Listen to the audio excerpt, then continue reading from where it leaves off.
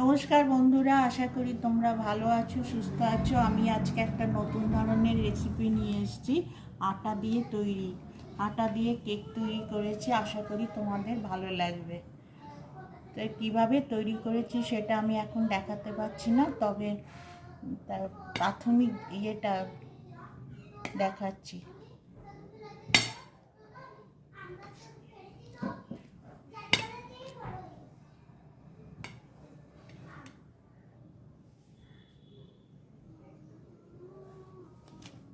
এটা বেরোচ্ছে।